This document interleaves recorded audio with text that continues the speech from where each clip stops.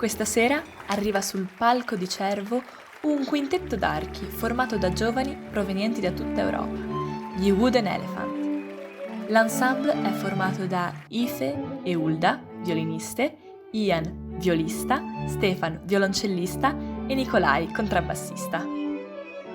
Sono tutti musicisti diplomati in prestigiosi conservatori che hanno deciso di dare vita ad un tipo di musica innovativa. Infatti, insieme, oltre ad eseguire brani di musica classica, si occupano di contemporary classic, ovvero sia l'adattamento e la reinterpretazione di album di musica elettronica in chiave classica.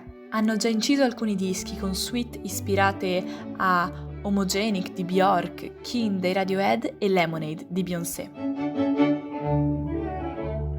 Ma la loro sperimentazione musicale non si ferma a questo, infatti ispirandosi al lavoro della London Contemporary Orchestra con il chitarrista dei Radiohead, hanno iniziato a utilizzare oggetti inusuali durante le loro performance, come fogli di carta strappati, nacchere, plettri che percuotono corde dei violini oppure bicchieri di cristallo che tintinnano. Insomma, uno stile singolare che ha lasciato a bocca aperta il pubblico di molti prestigiosi teatri e festival, in città come Parigi, Berlino, Londra e molte altre. Noi abbiamo avuto il piacere di intervistarli. Hi, I'm Chiara and I'm here with Aoife, Hulda, Stefan, Nikolai and Ian. And I'm going to start with the first question.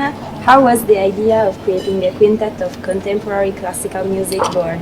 The Bjork that you'll hear tonight was the first project that we did together. Because I'd heard of this artist called Bjork that everyone was raving about, and was, oh, you need to listen to Bjork. But I'd never listened to her until about 6 years ago. Immediately, I was just so captivating. I listened to this album that you'll hear, Homogenic. Yeah, so it all started from there. Okay, so how do you choose the modern pieces that you revisit in a classical? I think it starts with the bands that we like listening to. And then I think it depends on what album can work with 5-string instruments. Because not every album can work when you take it from electronic music and put it to acoustic. And that's what we're always trying to do. We're all classical musicians from Norway, Iceland, Ireland, Scotland, Bulgaria. So we grew up with different music in our countries, but the pop music is the most common music in a sense that you listen to growing up on the radio or in movies. But because we all grew up playing classical music, it's interesting for us, I think, to take that electronic music that so many people recognize and to present it in a different way. How does performing at the International Festival of Chamber Music in Cervo affect your musical career?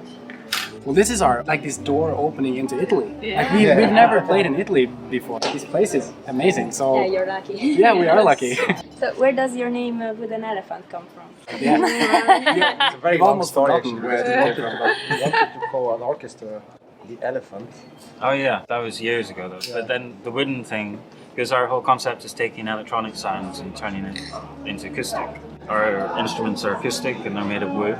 And then the elephant, because we don't just take individual songs, we perform entire albums. And so what are your plans for the future? We have some projects. So in a few weeks we're going to be doing a new ballet, the Beethoven Fest in Bonn, and then we have a big project in Norway. Yeah. The future is just at the moment kind of short term with our projects, and when those are finished, it's more like collaborating with other artists as well. More and more we're working with other people.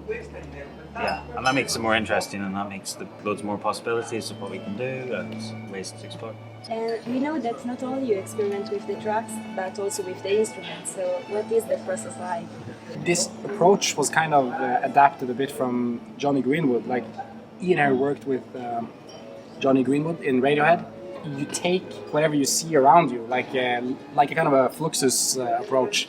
We just say, okay, what happens if you take a kitchen sink chain and you just hang it on your instrument? What happens then if you play? And then it goes you get distortion. We use a lot of toys and everyday objects that we just use on the instruments to make different sounds, and or the other way around. You have a specific sound in mind, and then you have to find what random object can replicate them. Thank you very much for responding to our questions. Oh, thank you so much, Chiara.